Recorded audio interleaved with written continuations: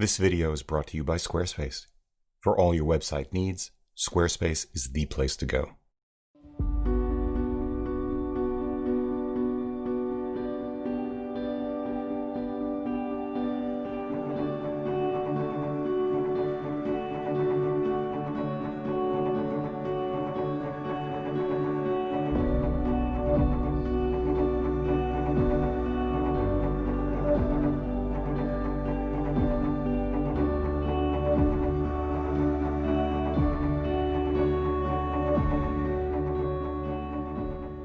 Beautiful imagery from a camera solid and comfortable in hand. Excellent autofocus, Ibis, and build quality. Made specifically as a true hybrid for what is arguably the world's widest and deepest legacy lens catalog, and the most unique, rapidly expanding, dedicated full-frame mirrorless lens mount catalog in the industry. Yet Canon still managed to step on its own again at the R6's launch. Did I just say that out loud? Hey everybody, I'm Hugh Brownstone for Three Blind Men and an Elephant. As a lapsed Canon shooter, very happy with Canon for many years. Very happy with what I shoot now, which is not Canon, we will talk about it. Finally going hands-on with an R6 myself in these past few weeks. Big shout out, by the way, to our friends at B&H Photo for providing the gear. They are awesome. You should definitely check them out for all your photo, video, audio, and computing needs. And, yeah, just as so many of us are going into COVID-19 lockdown again, I'm not going to waste your time or mine pulling punches or losing the forest for the trees when it comes to the R6. So, more than 40 years after shooting exclusively with Canons. 6 years after I left the Canon fold, trading in my 5D Mark II and a pile of L-glass, zooms, and primes for a little Sony a6000 kit as I ventured more fully into video. Currently relying on a Panasonic GH5 and a G9 for video and a Leica SL2 for stills. 2 years after Canon launched the original R, which was the first time in my experience Canon stepped on its own by overpromising, underdelivering, and then pricing the R as if no one would notice or care about either. Things like the 1.84x 4K crop, the non-functional multifunction bar, or the dual-pixel autofocus that wasn't available in all modes. 5 months after Canon announced the R5 and R6, this time convincing itself that it could, not to put too fine a point on it, hype the $4,000 give or take R5's 8K video recording capability, while burying the fact that it was essentially unusable because of heat management issues. You don't get a cookie for a note to dealers after the fact. Made that much worse because the overheating problem leached into every other mode, video or stills on both cameras, at least at the highest resolutions. Made even worse because it turns out that Canon had artificially constrained recording time under the guise of heat management, and a firmware update that didn't completely solve the problem but did confirm the artificiality of the original function notwithstanding. Oh, and let's not forget the fly through the air with the greatest of ease Ibis, implied anyway by the stated 8 stops, that no reviewer seems to be getting, though to be fair it is as good or marginally better than what we've seen from Panasonic. Here's the bottom line, setting all of that aside, so that we can see the R6 on its own merits, untainted by Canon stepping on its own, which really, guys, you ought to stop doing, because as the industry continues to shrink and differences among camera gear continue to narrow, purchasers of gear will increasingly choose to spend their money with companies they like and which they feel treat them with respect. The R6 is infuriatingly close to being great, tantalizingly close to being the new sheriff in town. For now, however, I think it's at least one hardware generation away from being convincing. Let's get into it, though before we do, I want to give a shout out to Squarespace for making this episode possible. You've heard me say it before, but I'm happy to say it again. It's not simply that I think Squarespace is the place to go for all of your website needs. It's that we've been using Squarespace to do just that for our own business over the last 5 or 6 years. Squarespace requires no coding, offers absolutely beautiful customizable templates to get you up and running in a matter of hours or even minutes, provides excellent customer service for when you get stuck, and allows you to grow without growing pains. We use it for all of our website, email, e-commerce, customized domains, appointment scheduling, even shipping with the ShipStation plugin. It just plain works.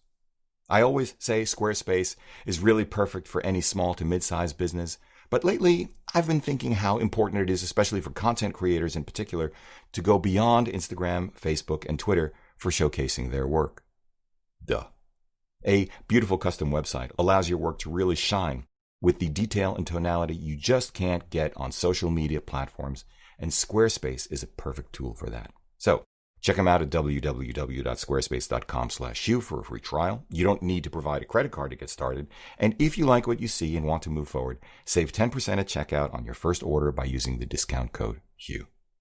Thanks, Squarespace. There is so much goodness in the R6, beginning with its sensor. So let's put to rest any question about those 20 megapixels. Bottom line, don't worry, be happy. 20 megapixels is as much resolution as 99% of us need 99% of the time, and the R6 has really good pixels. You simply will not consistently see the difference between 20 and 24, even 30 megapixels on your 27-inch Retina 5K iMac, for example, unless you nail identical focus points in that comparison every single time and pixel peep to the point of rendering the gestalt of the image, that is, the subject matter, the light, framing, tonality, colors, shapes, juxtapositions, movements, emotions, irrelevant. In which case the image fails anyway, and you just wasted a lot of time.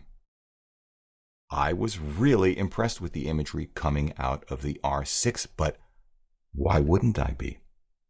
We already knew from our own work with micro four thirds cameras that 20 megapixels does the business, stills or video.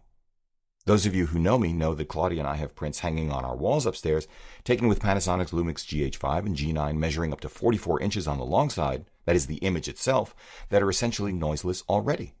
Like this one. We've got shots from my 10.2 megapixel Leica M8 that just pop on that same Retina display, like this one. 12 megapixel iPhone images too. This one. See what I mean? We've been using our GH5 for 4K video for our commercial work, our work here on YouTube, and for our Mariner East documentary series. The only time we need more than 20 megapixels per se is if we go out with intent to crop the crap out of a stills image. I personally have no problem with that, but the only reason to do this is because you know in advance that you won't have the reach you'll want any other way. That is, you know you won't have a lens with you long enough or can't zoom in with your feet close enough to get the kind of shot you're after. Like, say, seeing a building facade a couple of 100 meters away, about 10 stories up, while seeing the light trace across it, knowing you want to correct for keystoning, and only having a 50 millimeter with you because you're shooting street, not wildlife, not sports. So yeah, in that case, 20 megapixels won't do. Second, the R6 has Canon's latest Digic 10 processor and a great sensor, related or identical to Canon's flagship $6,500 1DX Mark III sensor. The latest generation actually of this guy, which I bought new in 2002, all of 4 megapixels and will never ever sell. The R6 offers excellent dynamic range, excellent high ISO performance, high burst rates, capable of recording up to UHD 4K 60p with only 1.07x crop. Is it the very best sensor in the business? No. But it is within spitting distance of the very best in the business, anywhere between 20 and 30 megapixels, except at the most extreme margins, so let's move on. Third, like I said, beyond great image quality, the R6 sports excellent build, Ergo's autofocus performance, touch interface, EVF, Ibis, as long as you don't futz with digital and don't go too wide, because then you get that warpy thing at the edges. Hold that thought. Though, if you really want to do that vlogger selfie thing, an iPhone, a GoPro, a DJI Osmo Pocket, or a skateboard, Casey Neistat did his thing this way with a non-Ibis equipped Canon 70 or 80D, I don't remember which, is probably better anyway and a heck of a lot lighter. On the other hand, the autofocus on the R6 is so good that I can switch on the camera, sit down in front of it, and not worry that focus won't be nailed. Like right now, I'm shooting with one. Which is a wonderful thing, actually. I'm not used to that with our GH5, minor tweaks I'd like to see to initiate face recognition and tracking notwithstanding. In fact, you could argue that the R6 is the most balanced full-frame hybrid for $2,500 or less. I might agree with you, but hold that thought. 4. Also, like I said, the R6 is designed specifically for Canon's incredibly complete and at its best uber-performant EF Legacy lens catalog and Canon's new RF mount glass, into which Canon is clearly pouring time, effort, and money with novel and or even more performant lenses like the RF 600 and 800 f11s and the RF 51.2, which I really liked. Just don't ask, today anyway, for a complete no-compromise, moderately fast, accessibly priced set of primes, because it appears that this just doesn't fit what Canon wants, never mind what you or I want. Which is an issue if you're a primes kind of guy like me. Otherwise, yeah, not so much. But no worries if you are a primes kind of guy. For that, you should be looking at Nikon, because their new Z1.8 primes are light and fabulous. Their Z cameras, terribly underrated in my book for real-world enthusiast shooting, even professional event shooting, and more keenly priced. Finally, 5. With all of this said, with all that the R6 has going for it, those ergos and build quality which Sony can't touch, autofocus that the L-mount Alliance can't touch when it comes to tracking and video in particular, the flippy screen and 4K 60p the Nikons don't have, forget about the R6 if you are a workaday pro, an event shooter, a documentarian, a narrative filmmaker, a YouTuber who talks a lot.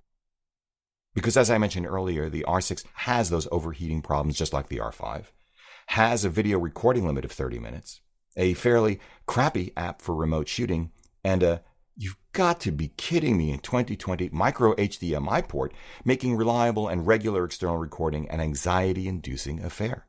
And never forget about the reality and impact of multiple takes chewing up time and temperature. The reality is that for a lot of us, pro or enthusiast, full frame isn't critical. The latest 10/10 autofocus isn't critical. Ergos even aren't critical. Sometimes even price isn't critical. But reliability is. And yeah, there's the rub.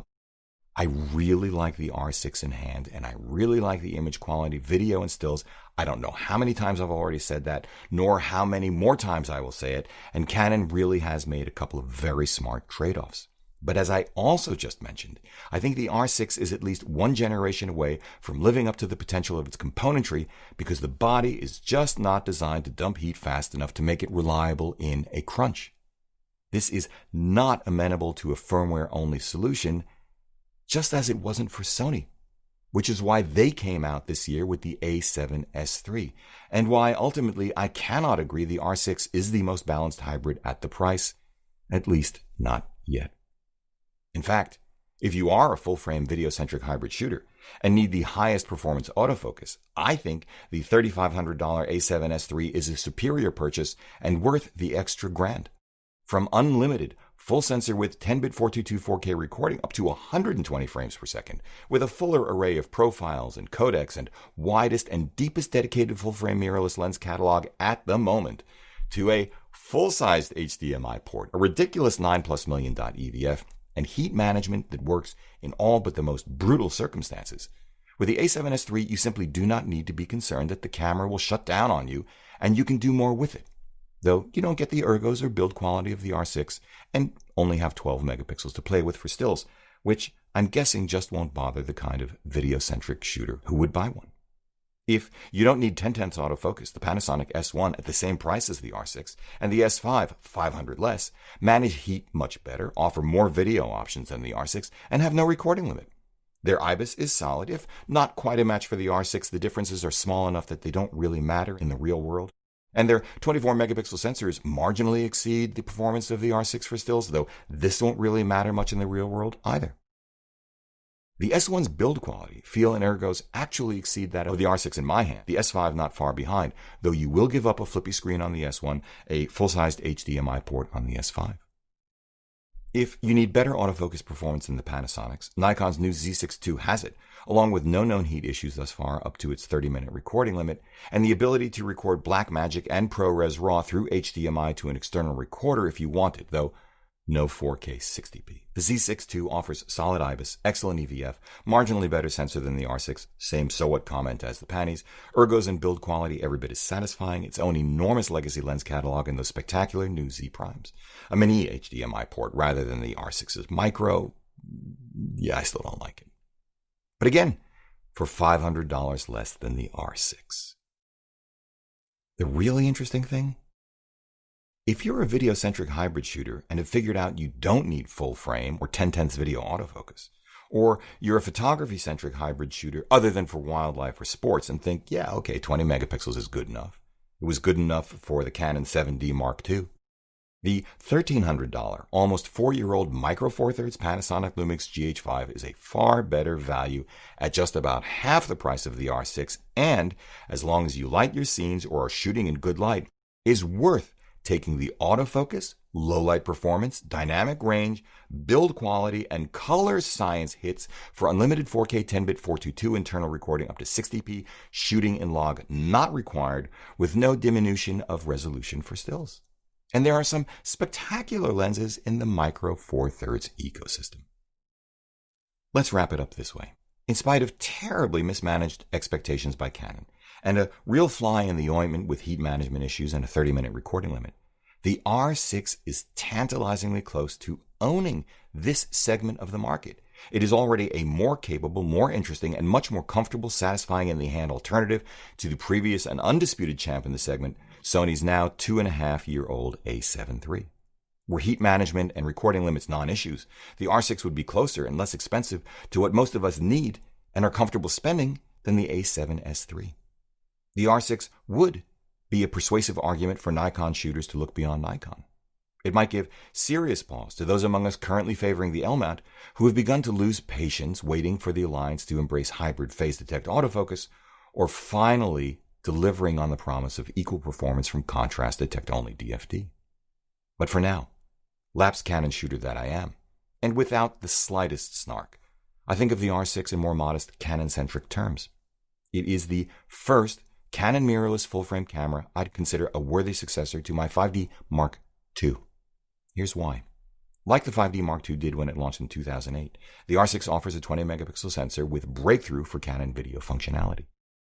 The distance from 1080 24p of the 5D II to 4K 60p of the R6 is significant, as are the differences in dynamic range and high ISO performance, as well as the advantages of IBIS, higher performance, autofocus, dual card slots, articulating screen, and touch interface, all accruing to the advantage of the R6. If I were still shooting with the 5D II, I'd happily trade it in for the R6 for its mirrorless advantages for stills and use it to cut my teeth on video. Yet, when you think about it, both the 5D II and R6 share the fact, too, that they suffered from a significant hardware flaw at launch. Heat management and recording limit, as we've already covered in the case of the R6, and an inability to see or focus through the viewfinder when shooting video in the case of the 5D II, which is why I left Canon in the first place 6 years ago. 2 generations later, the distance between the 5D Mark IV and R6 is smaller. IBIS, articulating screen, sure. The R6 has them, the 5D IV doesn't, and once you've experienced either, it's tough to go back. Much higher burst rates and performant AF, granted. The other inherent advantages of mirrorless, most especially viewing and focusing through the viewfinder, absolutely wins for the R6. But the 5D IV already has dual card slots, okay, fine, one is a compact flash, and already has a touch interface. It offers a 30-megapixel sensor, 50% more pixels than the R6 for those of us for which it matters, with dynamic range and high ISO performance that already match that of the R6. The 5D IV already offers DCI 4K up to 8-bit 422 internally, up to half an hour, if via a bloated 500 megabit per second codec, but if you don't record and log, the R6 is limited to 8-bit 420 internally anyway. In other words, if you are happy with what the 5D IV can do, the R6 is an interesting but not necessarily compelling upgrade. Which doesn't mean 5D IV owners won't make the switch or add one to their kit, but I don't think I would. I think if I were a 5D IV shooter today, I'd be more inclined toward the R5, but hold that thought for a video coming soon. Finally, if you are not a Canon shooter, I think the R6's flaws make it a far less compelling reason for switching. If you're a Nikon shooter, I think the Z6 II makes more sense for you. It is a less compromised camera, which works more seamlessly with your legacy glass, and the new Nikkor Zs are outstanding. That Z24-70 2.8 is definitely better than Sony's G Master, maybe Canon's RF if memory serves. Though Canon's RF 24-70 2.8 is also better than Sony's G Master, and the RF lens clearly outperforms the 20 megapixel sensor in the R6. If you're an L-mount Alliance shooter, you know that the L-mount ecosystem has suddenly gained momentum, and I think you are less likely to make the switch just for autofocus. If you're like me, you may be loath to give up the reliability, flexibility, ergos, absence of recording limits in several models, and access to a rapidly expanding array of excellent to best in the industry glass across a wide range of price points and sizes. And you may be very curious about what the L-mount Alliance has in store in 2021 for autofocus. I know I am. Then again, you might be thinking about adding an R6 to your kit just for autofocus, but an $1,800 Sony a7C will get you there as well without recording limit for much less money. Though you'll likely prefer Canon's color science, the ergos, the build quality. Finally, as a current GH5 shooter, I'd call the R6 an almost, but not quite ready for prime time replacement for our GH5. Of course, if Panasonic were to come out with a buttoned-up hybrid phase detect GH6 or G10 for the same price as the R6, that could be a body blow to the R6. And Fujifilm already has that, a few tweaks still to be had in their X-T4. But who knows what the new year will bring? This episode was brought to you by Squarespace. For all of your website needs, visit www.squarespace.com/Hugh for a free trial. And if you decide to move forward, use the discount code Hugh at checkout to receive 10% off your first order. Thanks, Squarespace. If you like what you've seen here today, please give a thumbs up, subscribe, join the conversation below, because this is an incredible audience. If you'd like a copy of our Streets of New York, the book, head over to www.3bmep.com/books. If you'd like to schedule a one-on-one video session with me for a portfolio review, explore or hone your artistic voice, select gear, and more, sign up at www.3bmep.com/booking. Finally, consider supporting our work by using our no-cost-to-you affiliate links down below, picking up some official Three Blind Men and an Elephant swag at 3bmep.threadless.com, sending coffee money via PayPal, or best of all, join us as a patron over at Patreon. However you choose to support us, as always, we thank you for it.